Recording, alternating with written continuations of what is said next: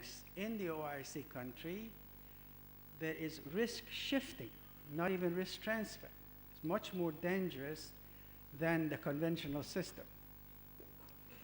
So what is there to be done about this?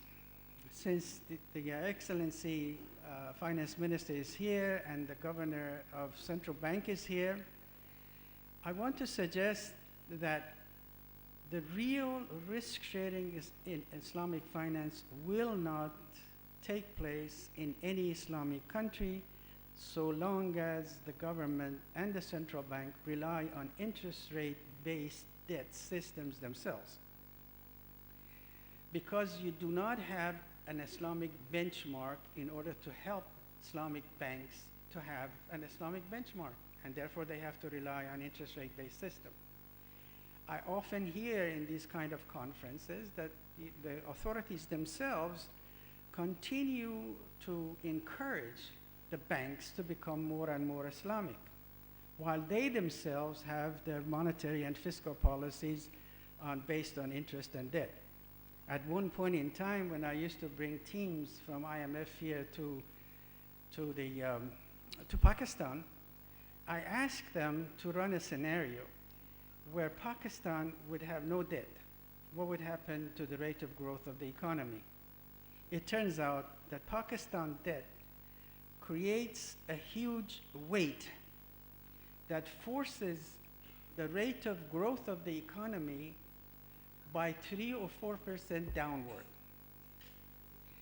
And I also turned around and did one more scenario myself. I suppose that there is no debt. Where will the financing come from? So this is, I'm talking about something like 2 or 3, 2 or 4. So I sat down and calculated, took all the liquidity that was created in the Pakistan economy, and I'm sure that the researchers that are in the audience can replicate this study. Take the entire liquidity that was created in the economy. I did it from 1990 to 2004 or 2005, I don't remember. There was enough resources in the economy, financial resources in the economy, that if mobilized, there would be no need for borrowing from outside.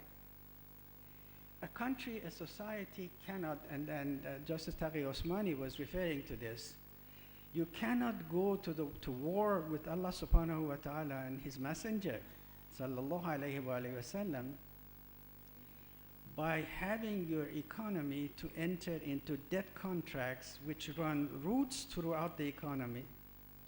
For the believers, that takes the barakah away from your economy.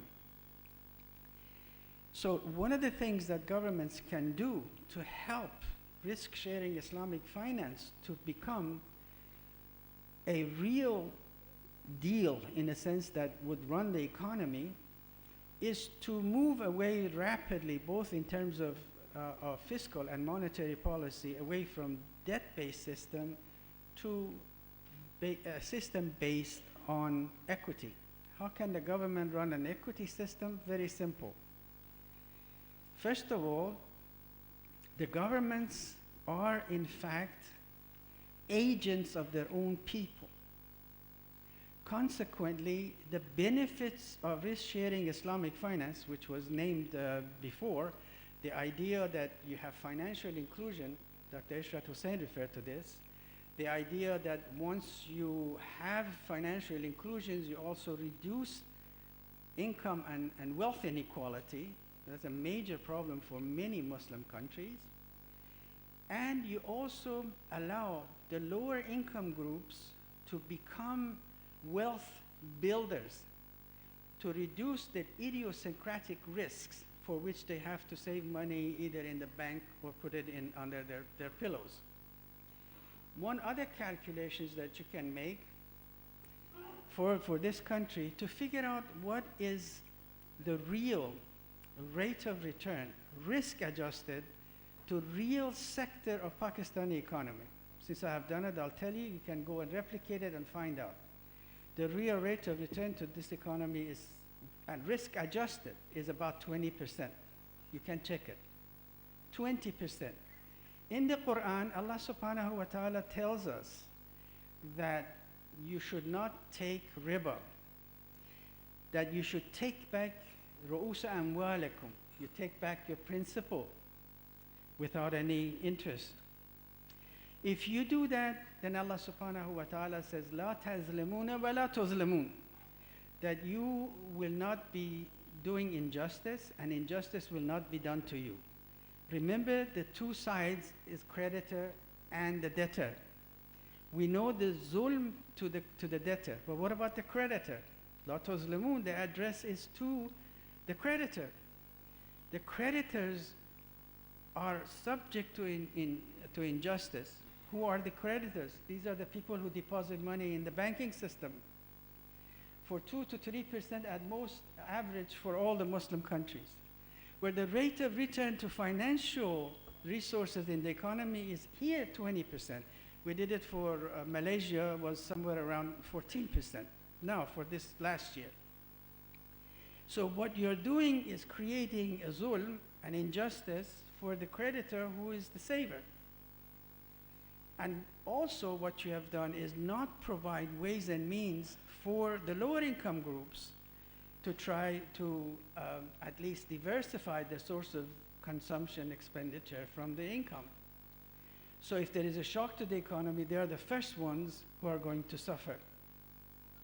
And before I finish, because I only had 10 minutes, let me also address respected fuqaha, since Justice Taqi Usmani is here, respected faqih of the Islamic world. We need fuqaha to rethink instruments of finance. We need a fiqh of istismar. Virtually every instrument we have is a trade instrument. It's a commercial instrument. All 14 instruments that we have available. Today's world is a world of finance, which is multilateral, multi-counterparty, and our investments whose final objectives are very difficult to define. Take robotics, take biotics, take genomics. All of these are now sources of huge investment in the world. We don't have the fiqh to handle these kind of instruments. Right now, even large investments, you can take a look at all the contracts that are made. They are multi-layers because we don't have the fiqh of istismar to come up with, let's say, instruments that are suitable for these kind of complex investments. You can look at them and see there are multi-layers, very expensive, because first you have to pay the fuqaha, the second you have to pay lawyers who are familiar with Sharia, then you have to pay lawyers who are basically financial lawyers, so that if you take a typical contracts that are made today for large investment projects, you will find it more expensive and less transparent of even contracts that are made under the traditional conventional system. So these are the tasks of governments and tasks of our fuqaha, and without knowledge of finance, it's very difficult to come up with the fiqh of istismar. We are in a whole new century. None of these instruments that we have available are sacrosanct. Some of them go back to the Roman Empire. Our Rasul sallallahu alaihi wasallam remained silent to some of these, so we take it as his approval. But we are in the 21st century. We need a new fiqh in order to be able to move forward. Pakistan Zindabad. Assalamu alaikum wa rahmatullahi wa barakatuh.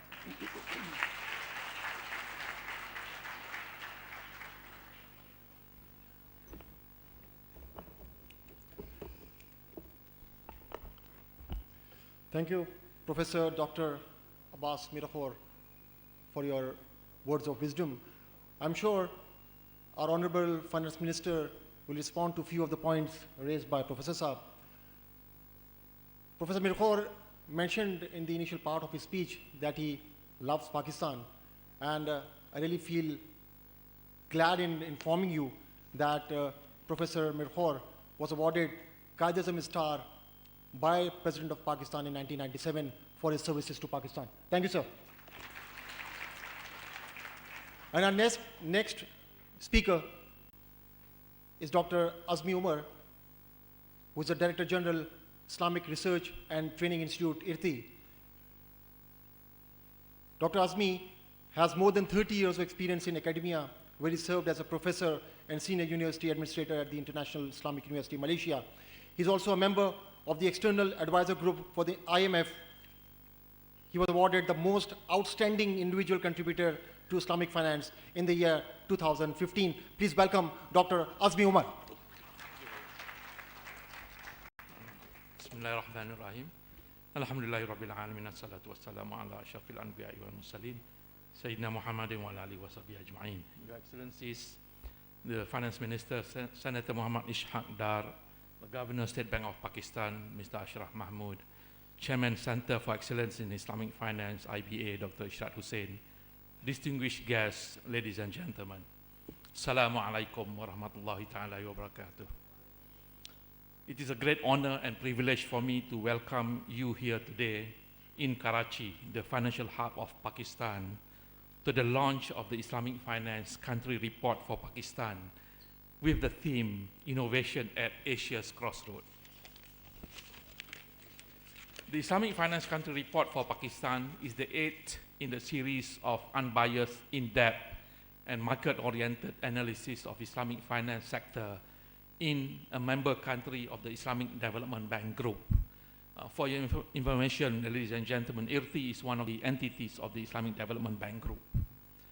Our first Islamic Finance Country Report was Tunisia, launched in 2014. This year, we have launched Islamic Finance Country Reports for Sudan, late January this year, Indonesia in March this year, and today, Pakistan. These reports are now have become an industry reference and benchmark in their own right. I believe the Islamic Finance Country Report Pakistan is a critical and timely addition to this series given the development of the Islamic finance in Pakistan and in the wider region. I am personally grateful to His Excellency, the Finance Minister, the Governor, State Bank of Pakistan, Chairman SECP, the Securities Exchange Commission Pakistan, and Justice Taqi Usmani for their insightful interviews, and I'm sure this will help in setting the stage for the development of Islamic finance in Pakistan. Ladies and gentlemen, the success of Islamic finance continues unabated despite the global economic and financial challenges that we face. And His Excellency, the Governor, mentioned this in the context of the development of Islamic finance in Pakistan. With Islamic finance industry fast approaching almost $2 trillion, the industry has been growing both in terms of breadth and depth with more institutions and greater geographic coverage. Despite the impressive growth rates of the global Islamic finance industry, however, as a young industry, it still faces many challenges. Among these include the lack of enabling environment, what we call the legal, regulatory, and supervisory framework, the product innovations, human capital issues, the issue of standardization as being mentioned earlier on, and the issue of public awareness.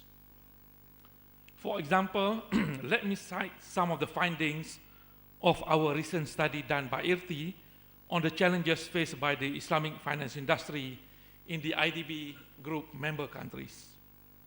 If we look at the 57 member countries of IDB, this year we have 57, just in April we have only 56. The 57 country is Guyana that joined us in May this year. Out of the 57 member countries, only 20 member countries have regulation for Islamic banking.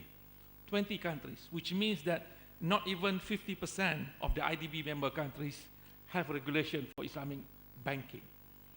19 member countries have Islamic capital market regulation or framework.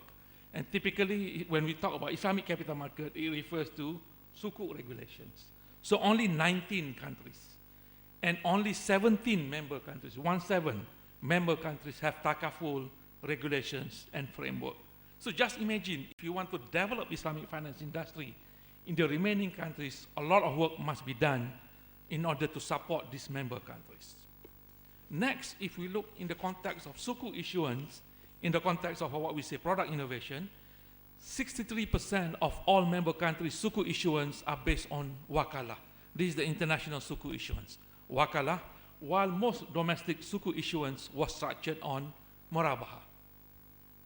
Finally, if we look in the context of awareness, 73% of Islamic banks cited lack of awareness as a serious concern among population, which means that we may have Islamic bank, but the public at large, the business community, may not be aware of the product offerings of Islamic banks. So realizing these challenges, IRTI, as a member of the Islamic Development Bank Group, we have taken a number of steps to help address some of these challenges. Among these, we are developing an IDB group blueprint and what we call the action plan or the roadmap for the Islamic finance development in member countries. What we meant is that we are developing a blueprint to look at what are the actions needed in order to support the development of Islamic finance in member countries. To give you an example, some of you may know where Suriname is located. I'm not sure whether you know where Suriname is located. Suriname is in South America, yet they are interested to establish an Islamic bank there. And our colleagues in IRTI and IDB Group have been going there to support that development. So as you can see, even a country as far as South America, the interest for Islamic finance is there. So the role of IDB is to support the development of Islamic finance in that particular country. Secondly, we are also working in the context of developing innovative sukuk structures. And as we know, one of the key challenges of issuing sukuk is the issue of asset, the requirement of having sufficient assets. And in many institutions and many countries, insufficient asset is the issue, not enough assets to issue sukuk. So we are looking at different types of sukuk structures in order to address this kind of issue. And finally, knowing that many people globally wants to know Islamic finance, we at the IDB Group, through IRTI, we have worked with edX, that is the massive online open courses. We offered in February this year 2 courses on Islamic finance. This is again given for free if people want to learn about Islamic finance. We offered 2 courses last February, and this September another 2 courses. The 2 courses that we offered last February, they were 9,000 students globally. 9,000 students attended that course, coming from 126 countries globally. 126 countries are yearning to learn about Islamic finance. So just imagine, the interest for Islamic finance is coming across the whole globe. And therefore, the role of IDB is to support the development of Islamic finance. So we at IDB Group, including IRTI, IDB, our sister company ICD, ISAC, the insurance, the trade finance, are all looking at how we as a group support member countries in promoting, in developing Islamic finance. And that's our role, and we stand ready to support this interest by member countries. Not only member countries, but also countries that are interested to develop Islamic finance. So ladies and gentlemen, let us now come to the focus of this morning session, that is the launch of the report, Islamic Finance Country Report Pakistan. So in terms of Pakistan, Pakistan is unique because it lies at the crossroads of the Silk Route from China to Central Asia and beyond to Europe. The Pak-China Economic Corridor Initiative will, inshaAllah, be the main center of prominence when it comes to trade and finance. By taking up the mantle of Islamic finance, I believe Pakistan has demonstrated a true vision of leadership to become the financial hub for this region. So with the strong political, geographic, and economic fundamental, Pakistan possesses an enormous untapped potential to become the powerhouse of Islamic finance in this region.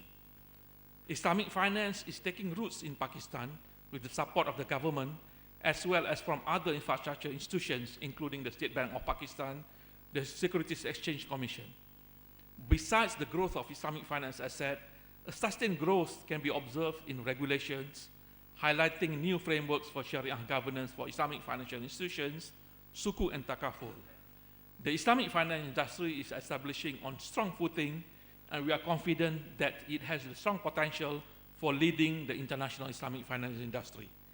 I myself do not wish to preempt the findings and summary of the report, that we presented shortly, but can assure the readers of the comprehensive coverage and in-depth analysis of this report. Finally, I would like to take this opportunity to congratulate and thank the project team from IRTI, Thomson Reuters, for their tireless efforts to bring this report into fruition. I would also like to thank our exclusive strategic partner, the Center for Excellence in Islamic Education and Finance at the Institute of Business Administration, for their contribution and guidance throughout the process as the main collaborator. I would also like to thank the Islamic Banking Department of the State Bank of Pakistan for providing a comprehensive review of the report. Once again, on behalf of IRTI and the Islamic Development Bank Group, I would like to offer my heartfelt congratulations on the launch of the Islamic Finance Country Report Pakistan, and wish the participants and stakeholders fruitful deliberations for the coming session. Wabillahi taufiq wa hidayah. Wassalamu alaikum warahmatullahi wabarakatuh.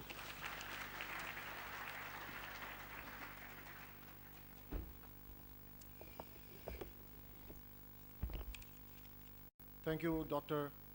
Azmi Umar. We are really grateful for your support and for the support of IRTI, which has been provided for this event. Especially IRTI is the research partner for this event. So thank you very much, Dr. Saab. Ladies and gentlemen, our next speaker is a person who is a very strong support for Islamic banking and Islamic finance at the central bank. I'm sure you know Mr. Saeed Ahmed, who is the Deputy Governor, State Bank of Pakistan. But most importantly, he is the chairman of the Steering Committee for Promotion of Islamic Banking in the country. And let me inform you that he played a real pivotal role in the establishment of the 3 centers of excellence in Islamic finance in 3 leading universities of the country.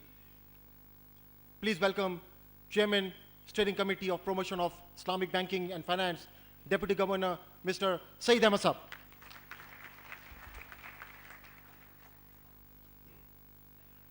أعوذ بالله من الشيطان الرجيم بسم الله الرحمن الرحيم نحمده ونصلي على رسوله الكريم.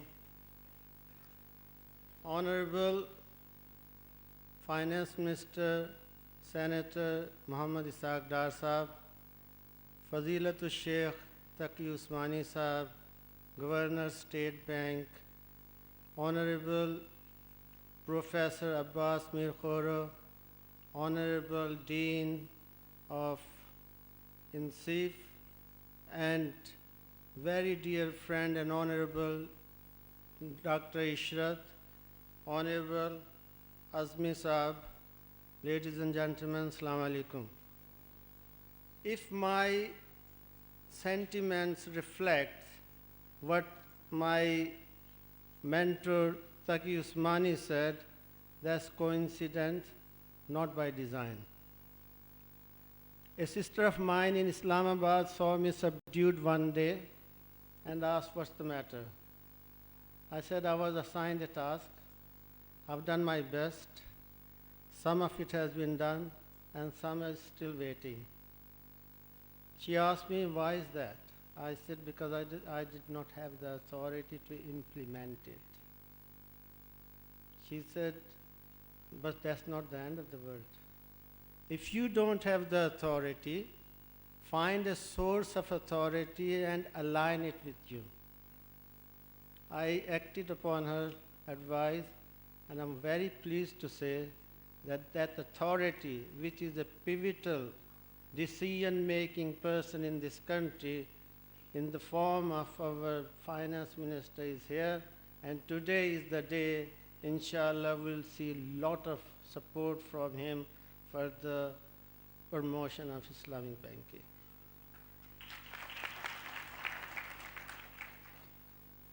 When the steering committee for the promotion of Islamic banking was being established or thought of by Honorable Finance Minister and the Prime Minister of Pakistan, Sheikh Taqi Usmani was involved in it, and he did warn me, what's the point of adding one more report? And I kind of assured him, although I was in no position, that it will be a different report than before.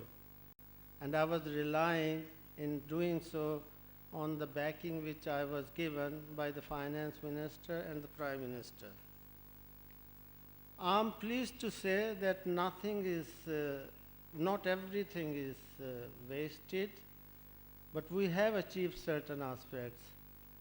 We have promoted the idea of having subsidiaries instead of just windows of branches, and for that, instead of having a capital of 10 billion rupees, the subsidiaries can be established with only 6 billion rupees. The Center of Excellence, which was just a dream and just a concept, we started with one, we had three. And I take this opportunity to request Honorable Finance Minister, while he has blessed his presence and launching of the center in Karachi, he should also do so with on my humble request to at LUMS in Lahore, as well as IM Sciences in Peshawar. They are as important to us as Karachi is. That does not mean that I don't value the center in Karachi. They are all very, very dear to me. One other thing which we tried to achieve was creating awareness, which is the biggest problem. People still talk about you can go this way or that way, it's the same thing, what's the difference? But we have to make sure that the difference is clarified to them. Now, we have, alhamdulillah, introduced from the State Bank Sharia governance framework, but we are facing the shortage of the qualified and experienced scholars, for which we have introduced an internship for the scholars with the banks, and that is also a steering committee's initiative. Similarly, Sakuk's new regulations, new role for Mudarba, Takaful, etc., separate department for Sharia and SECP, SECP's Sharia, separate Sharia board, these are all the outcome of the steering committee. As far as legal framework is concerned, we have been working at the State Bank with the help of Dr. Tariq Hassan and Hafiz Muhammad Yusuf Saab to draft a law which will take care of specific legal issues of the Islamic banks, in which DG Riyaz Saab and Governor Ashraf Mahmood Batra is supporting the efforts, and the Financial Legal Review Committee is working very fast on it. There is work being done on domestic debt of the government.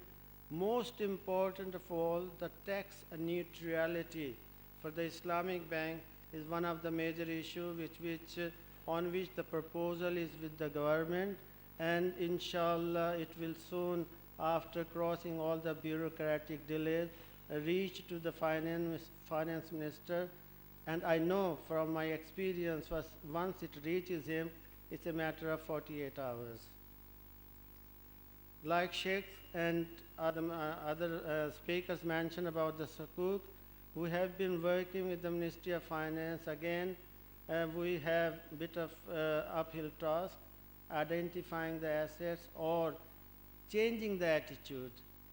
The biggest problem we have when we deal with the government entities is the bureaucratic delays and a change in the need to change the attitude. I know our beloved finance minister is next to speak, so I will stop myself there.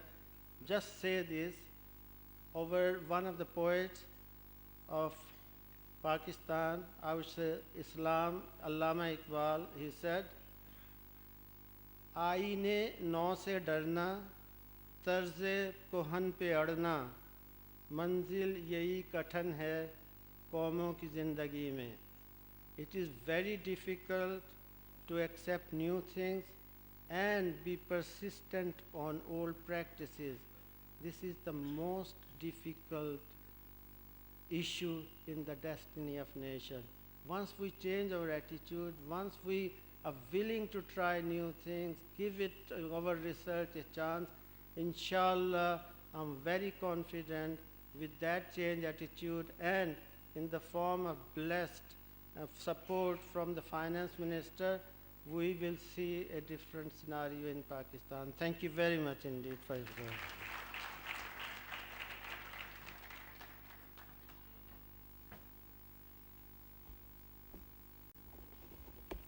Thank you very much, Said Saab. And ladies and gentlemen, now is the time to invite our chief guest. No other than our Honorable Minister of Finance, who is a big support for the Islamic banking industry. As Sheikh Taqi Usmani Saab mentioned, that he is a real support in the government of Pakistan. And I really feel proud in telling you that during the last 3 years, whichever conference, workshops in Islamic banking has been held, and we invited Dar Saab, he has made himself available. So it's a real commitment for the Islamic banking in Pakistan. Ladies and gentlemen, please welcome His Excellency Senator Mohammad Ishaq Dar Saab.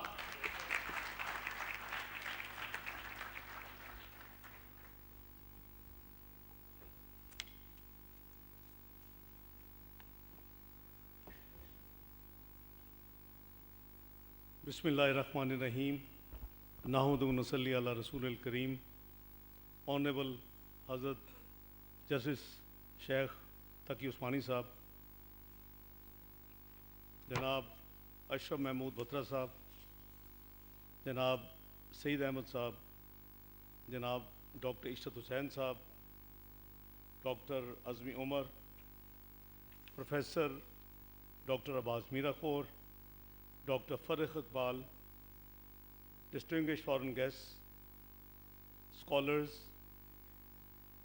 business and banking leaders, ladies and gentlemen, Assalamu alaikum and very good afternoon. It is indeed a great pleasure for me to be present at this very prestigious event.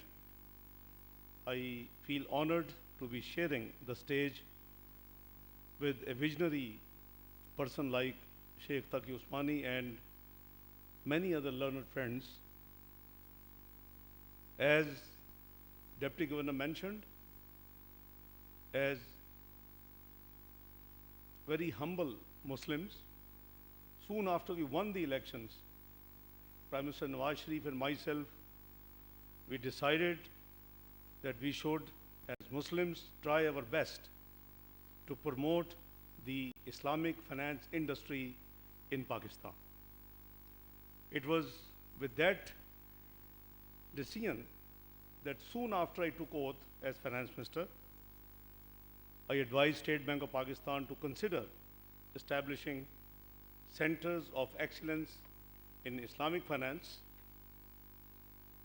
as well as I set up a committee, steering committee for promotion of Islamic banking in Pakistan.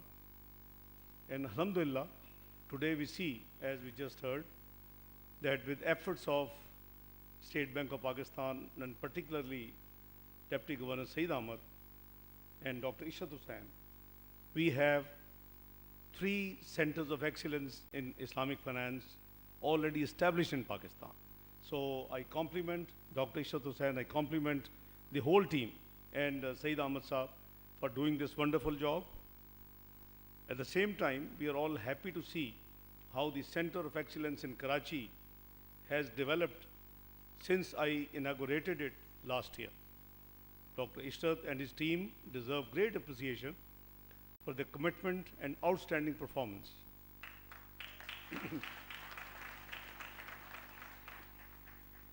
I would take this opportunity to also acknowledge the support and technical assistance extended to Pakistan by the Islamic Development Bank over the years.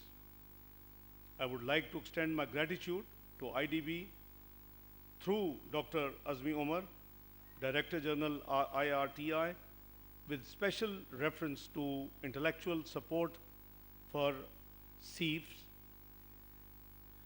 Ladies and gentlemen, the theme of today's conference, which is going to be understand 2 days, roadmap for future and critical success factors.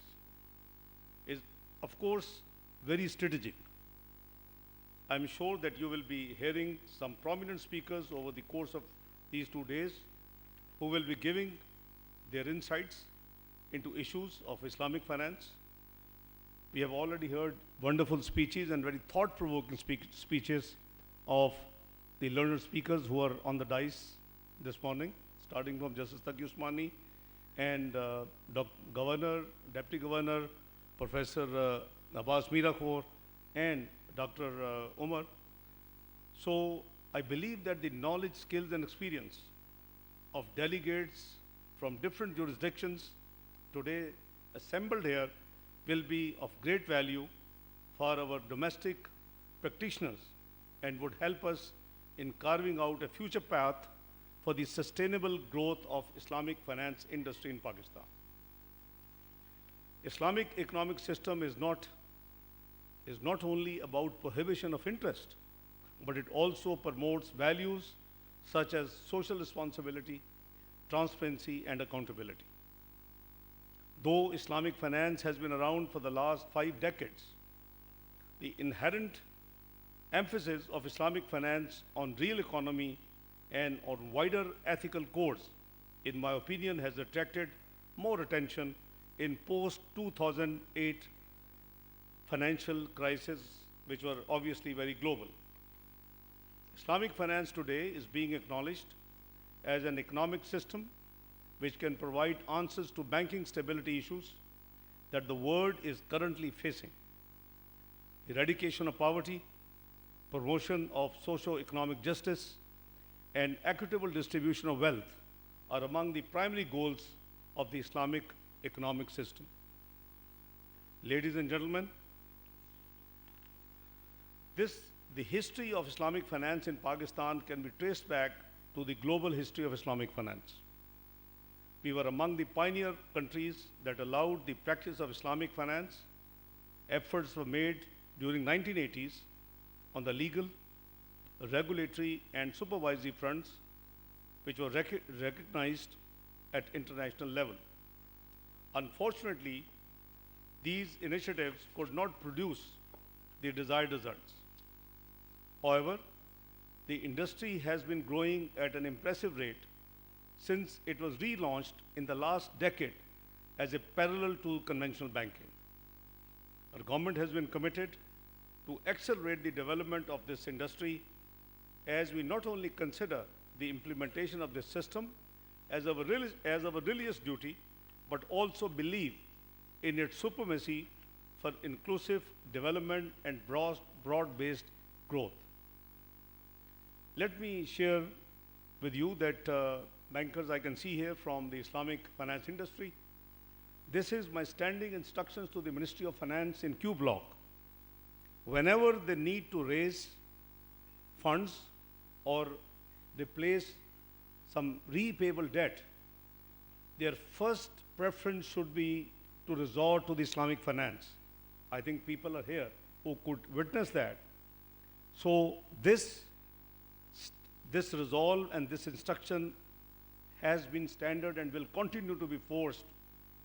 I think there are certain issues which need to be resolved, and I think certain issues have been already highlighted, and I'm sure some more constraints or bottlenecks which the industry is facing need to be attended to with priority. And I think this global conference of 2 days is going to be great help in taking us in a leap forward way in the right direction.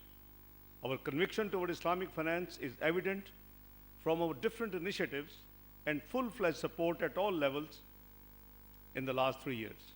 For example, a high-level steering committee, as I explained, was set up in 2013. The committee, in its tenure of 2 years, I must appreciate, has worked very diligently, ensuring that it should give a real push to the growth of the Islamic industry in Pakistan. We'll come later about what Hazrat Taqi Usmani Sahab has indicated and what could be the solution, and what Mr. Saeed Ahmed also has indicated. Let me share with you that generating funds from the global market using Sukuk. After a gap of 9 years, Pakistan has been absent from the international Sukuk market. And I see some financial institutions sitting, their representatives sitting here in this hall, who supported me, and I took Pakistan back to international Islamic Sukuk market after 9 years, after I assumed office. So we must remain committed to this approach as a Muslim, and as office holder, this is also Allah's amanat with us. Introduction of recent amendments in the State Bank of Pakistan Act, which now allows the central bank to issue Sharia compliant instruments, and 2% income tax cut through Finance Bill 2016-17, just in June this year, for all Sharia compliant listed manufacturing companies are few examples in this regard. Ladies and gentlemen, our government desires to tap on the surplus liquidity of Islamic banking industry to fund infrastructure projects. I think the demand side is there, and the country which was having a very nominal growth of less than 3% has already crossed 4, has reached near 5, and is destined, inshallah, God willing, by 2018-19, 7%. I think this would require resources and out-of-box planning and solution, not only the Ministry of Finance, but also at the central bank, and particularly within the Islamic finance industry. This indicates a huge potential market for Islamic banking industry, especially in infrastructure and energy sectors, to supplement China-Pakistan economic corridor package, which is worth $46 billion. I believe that a portion of these projects, in line with the availability of funds and the capacity of Islamic financial institutions, may be taken up by the Islamic finance industry. Currently, work is also in progress for developing a dedicated legal framework for Islamic banking industry at the State Bank of Pakistan under the guidance of Deputy Governor Saeed Ahmad.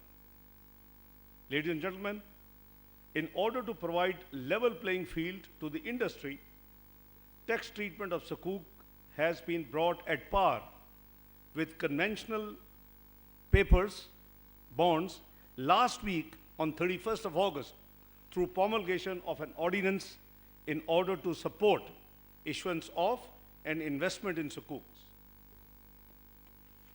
Given the potential of Islamic finance towards ensuring broad-based economic growth and development, we believe that this Sharia compliant system can be an effective tool towards reducing both voluntary and involuntary financial exclusion, which was referred to by the Governor State Bank in the country. In this backdrop, we have launched Pakistan's first national financial inclusion strategy, which includes Islamic finance as a strategic area for achieving greater financial inclusion in Pakistan. Ladies and gentlemen, while talking about the growth of Islamic finance and its ability to cater to all segments, I would like to draw your attention to the fact that Islamic finance has remained concentrated in few areas only. I think one of the learned speakers has also mentioned this. Globally as well as domestically, Islamic financial institutions have not been able to cater to strategic sectors. I believe that the industry should not remain complacent with tradition, model, and methodologies. Instead, Islamic financial institutions and the industry need to resort to innovative products based on distinctive Sharia characteristics. This highlights the significance of research and development. We need to change our perceptions and invest in research as a core ingredient of our strategic objectives, which is Islamization of the whole economic system over a period of few years. This also requires close interaction between academia and industry. I expect that these newly established centers of excellence in Islamic finance education, inshallah, will play an instrumental role for this purpose. I am also urged to emphasize on the role of technology. We have seen that the model of branchless banking has produced impressive results in enhancing financial inclusion in Pakistan. Islamic finance can also leverage on technology to increase its penetration to the lowest spectrum of population, the microfinance clients.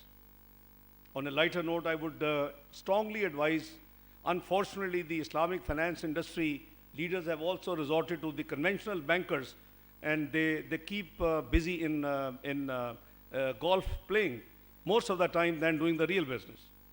So they just take it as a challenge. And I think Pakistan is a great role. The cost of delivery of services may be reduced by use of such technology. This will be, inshallah, a win-win situation for both sides, as on demand side, there will be enhanced access to finance, and on the supply side, this will not only bring diversification, but will also address the criticism on the industry of not catering to low-income segments. Let me point out that with growing expansion of Islamic finance industry, and you heard the figures from Governor State Bank, 1.8. About a year back, we were hearing 1.3 trillion. Today, the industry side is 1.6 trillion. And now, Governor Saab, I'll ask him to share the report. He's saying by 2020, the industry would be 6.5 trillion internationally, the global Islamic financial industry. It's a great potential. And that reminds me that there was a global Islamic Forum conference a couple of years back in UK. And this was probably the first time this forum held Islamic finance conference outside an Islamic country, and that was in London. And I remember Prime Minister of Pakistan was one of the keynote speakers, and so were others.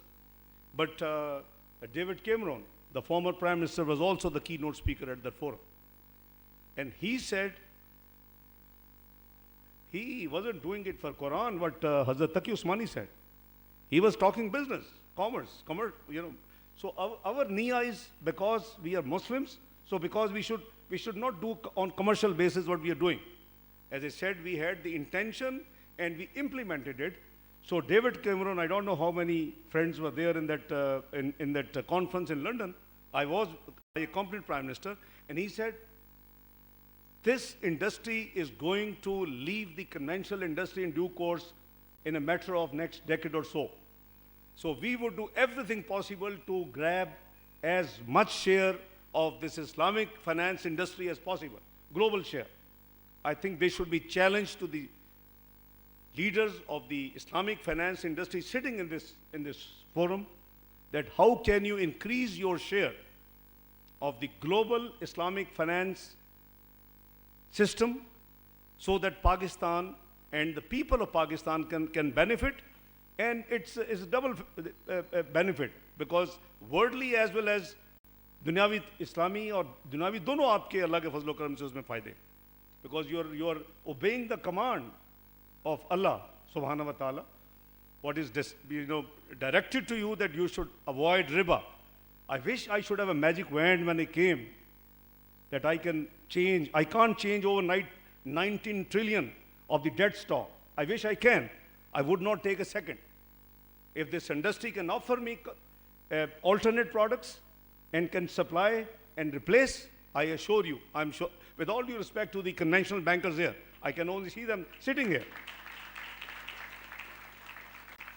But things are gradual. Evolution, as long as we have, all of us have niyyah that we have to move towards that direction, I think Allah subhanahu wa ta'ala knows, innamal a'malu bin niyyat. Allah ta'ala knows our niyyat. But it's a great challenge, and it's a commercially viable challenge. The global leaders and the global industry has first time realized who lost post-2008 financial crisis the least? Islamic banking. Conventional banking, because of leverage out of proportion, was hit the worst. So I believe there is a need of adoption of prudent corporate governance practices and strong risk management framework. Governor is here, his team is here, and the 2 days deliberation would be really a great help to carve the roadmap. जो हज़रत तकी उस्मानी साहब ने कहा कि he wishes to listen the roadmap. So I will come to that later, but I think the deliberation of these 2 days, and I compliment for arranging this entire event, is going to be great help to the system, to the finance industry, to the government of Pakistan, to the people of Pakistan, inshallah. There has been international recognition of the efforts Pakistan has made over the last 3 years for the promotion of Islamic finance, but are they enough? No, we need to go a long way. I tend to agree with Justice Taqi Usmani Saab that we got to move fast now. These include, by the way, IDB award for Sheikh Taqi Usmani Saab. This is a recognition that work is being done in Pakistan. This includes the best central bank for promoting Islamic banking award for the State Bank. This includes Best Deal of the Year award for Sukuk issued by Pakistan, which I just referred after 9 years, taking back Pakistan to the international Islamic finance market, Sukuk market. This includes Service Excellence in Islamic Finance for State Bank. And obviously this includes the Global Islamic Finance, different awards, plus many other recognitions for the Pakistani Islamic banks.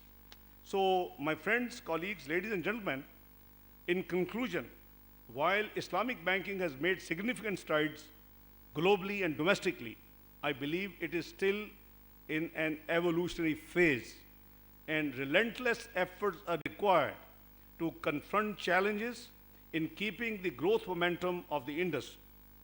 We cannot take it easy. We have to, work at a very, very fast speed to catch up the gaps.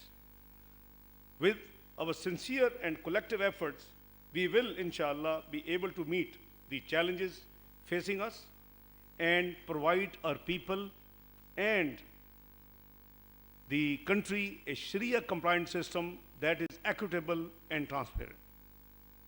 Given our experience in this field and the advantage of having Sharia scholars, research facilities at our universities and business schools, and leading banking professionals sitting here in this room, I am very optimistic that we have potential to emerge as one of the world leaders in Islamic finance, and this journey can be fast-tracked. I keep saying on the economic front, I don't want to just divert the subject, that O'Neill and BBC economist, O'Neill and BBC prediction and the report about Mint, which are the upcoming countries in terms of growth. They say the Malaysia, Indonesia, Turkey and Nigeria. The same report says Pakistan by 2050 would be world largest, 18th largest economy from the current 44th largest economy. I always preach and appeal to my colleagues and opposition parties, let's join hands together and achieve this 18th or better position for Pakistan in half the time. I believe it is doable. You can, as a country, you can be 18th or better world economy in late 2030s. Why I'm saying this? My friend Abbas Mirakhor is here, though it was his ex-employer, IMF, and all big experts. They would tell me when I took over the responsibility, Pakistan runs away from reforms. It is known as two reform or two trench country. I hope Abbas remembers. So, Mr. Minister, it's very uphill task. And even if you put in your best effort, it will take Pakistan 5 years to turn around the Pakistan existing macroeconomic unstable economy. Billions thank to Allah subhanahu wa ta'ala,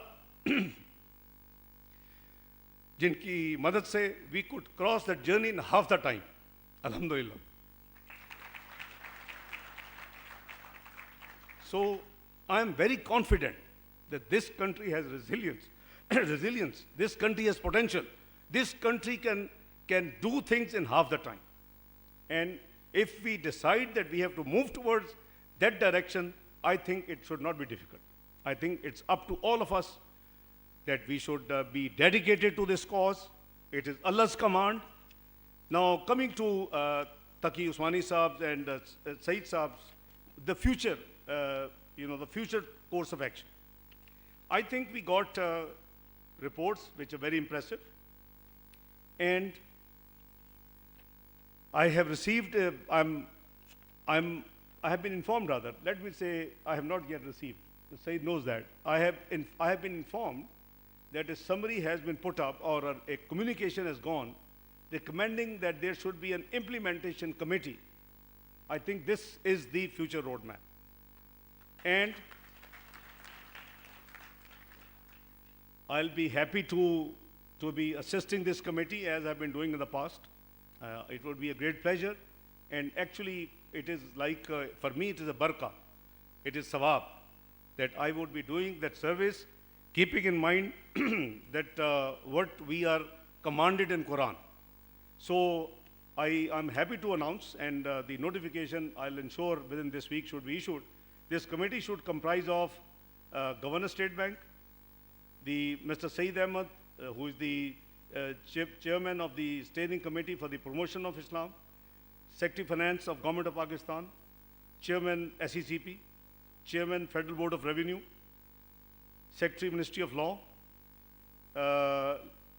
Let there be a leading Sharia scholar to be nominated by Hazrat Taqi Usmani Saab, Chairman Pakistan Banking Association, President of the Institute of Chartered Accountants of Pakistan, President of the Institute of Cost and Management, and Secretary, we can decide, one of them can also assume, and maybe it would be better than somebody from the central bank to be secretary of this committee. So I think we have to move fast. This implementation committee should take the responsibility now to fast track the work we have been doing in the last couple of years. I think, I said I will be, deputy governor साहब कह रहे हैं कि मैं announce करूं, मैं head कर दूं, मैं खादम हूं ऐसी सारी चीज़ों का, सारी ज़िंदगी अल्हम्दुलिल्लाह. I will be happy to be part of this committee because it is a great honor for me. I take it that I am doing and implementing command of Allah subhanahu wa ta'ala. When I set up the committee, this was the niyat. And it is, I tell you, if you serve this country with intention that you are just serving for the will and for the pleasure of Allah subhanahu wa ta'ala and Nabi Pak sallallahu alaihi wasallam, it is nothing but sawab and ibadat. This has been my clear intention that we should serve this country and have the intention, niyyah, that we are doing ibadat to serve the humanity, to serve the Islamic Republic of Pakistan, jaise Taqi Usmani Sahab ka, the only country on the globe which was created in the name of La ilaha illallah Muhammad Rasulullah. No other country has been, not even Saudi Arabia has been created in the name of La ilaha illallah Muhammad Rasulullah. So मैं तो लोगों को कहा करता था, अब तो मैं सेनेट में 3 tenure हैं और earlier I was in National Assembly. And I remember 97 speeches. I used to say anybody who actually dished this country intentionally or caused any loss, uska bada bhayanak anjam hua. Or I'm just leaving a question for you to ponder and reflect. Those who were responsible to separate East Pakistan, what happened to them? All the actors. They have gone from this in a very unnatural way. Their Narina Aulad has gone a very unnatural way from this world. So we should have very clear mind. Any disservice intentionally or any harm caused to this country intentionally will not be spared, in my opinion, because this is the only country which was created in the name of Kalma, La ilaha illallah Muhammad Rasulullah sallallahu alaihi wasallam. So, I would request this committee, I will be, Saeed Sahab, will be very happy to be part of you. And this notification, inshallah, will be issued very much this week from the Ministry of Finance, and the committee should immediately start its implementation work in order to accelerate this process. Let me also assure you and all the stakeholders of Islamic finance industry of my fullest support and cooperation for the promotion of Islamic finance in the country. I have taken a lot of your time. I wish you all the best. I wish the honorable foreign guests a very pleasant stay in Pakistan. I wish all of you a very productive discussions in the next 2 days. And I wish all of you, inshallah, that you are doing, in my opinion, this entire deliberation is for Allah, and inshallah you will be rewarded, and it is ibadat. Thank you very much. God bless you. Pakistan Paindabad.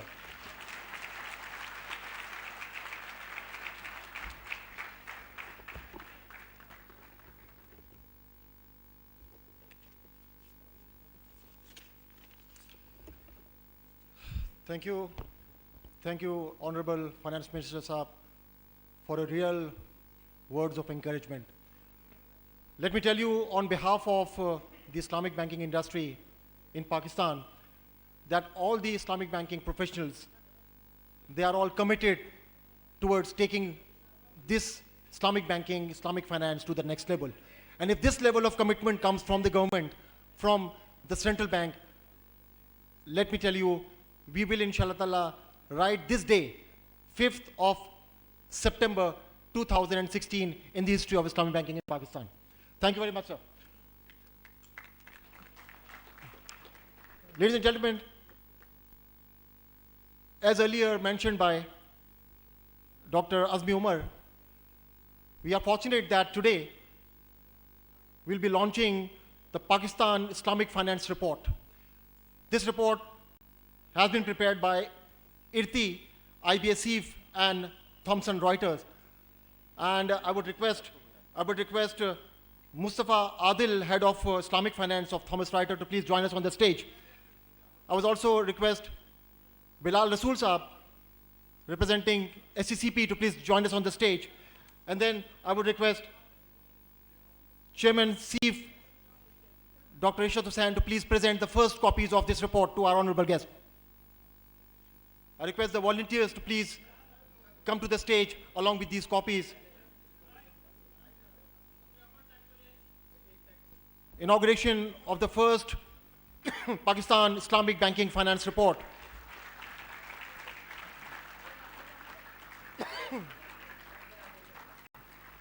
This is being prepared by IRTI, CIF, IBA, and Thomson Reuters.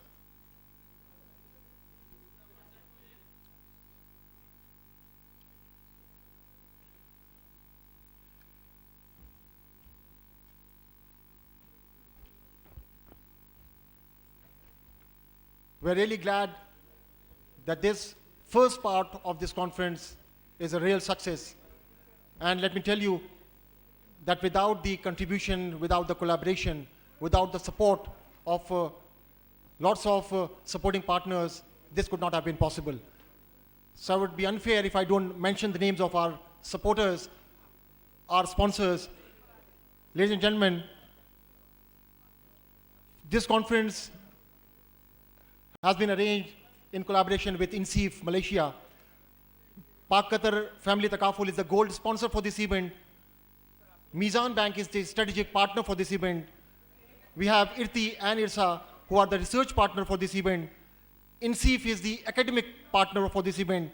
And then we have the supporting sponsorship coming from Dubai Islamic Bank, Al Barka Bank, Bank Islami, and Chartered Institute of Islamic Finance Professionals.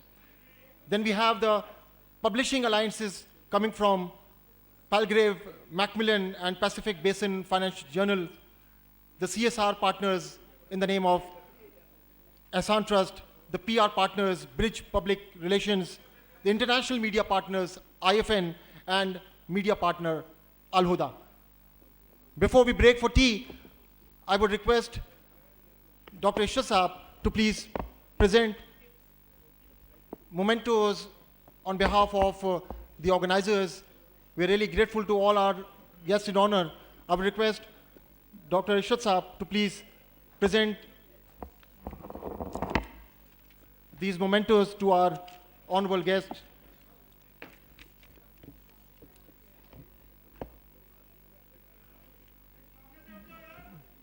The first, Dr. Ishrat will present the first memento to Sheikh Muhammad Taqi Usmani Saab.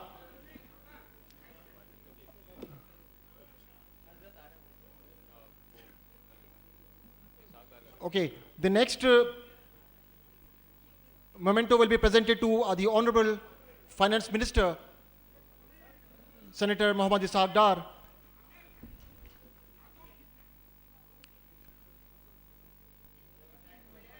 Memento will then be presented to our Honorable Governor, State Bank of Pakistan, Mr. Ashraf Mahmood Watra.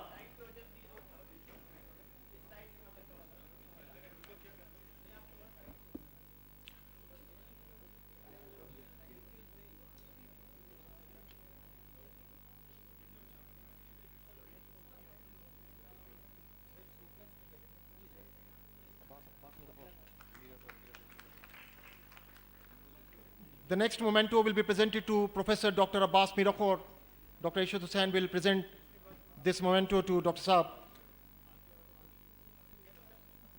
Following Dr. Abbas Mirakhor, we have Dr. Azmi Umar, who will collect his plaque from the Honorable Dr. Ishrat.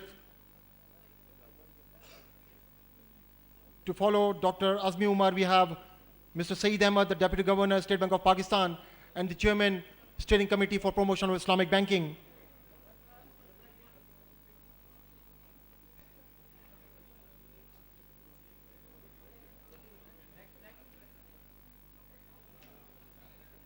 Then this will be presented to Dr. Farooq Iqbal, Dean and IBA, Dean and Director IBA.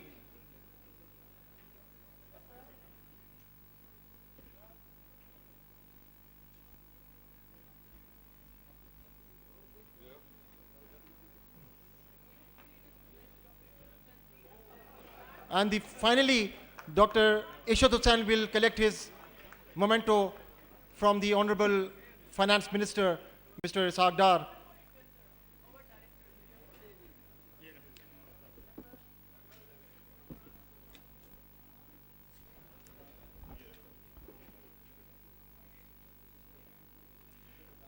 Ladies and gentlemen, thank you very much for this first part of this very important conference. We now break for tea. This is a 15 minutes tea break. I request all of you to please rejoin at 12:20. Thank you very much for this part. Thank you.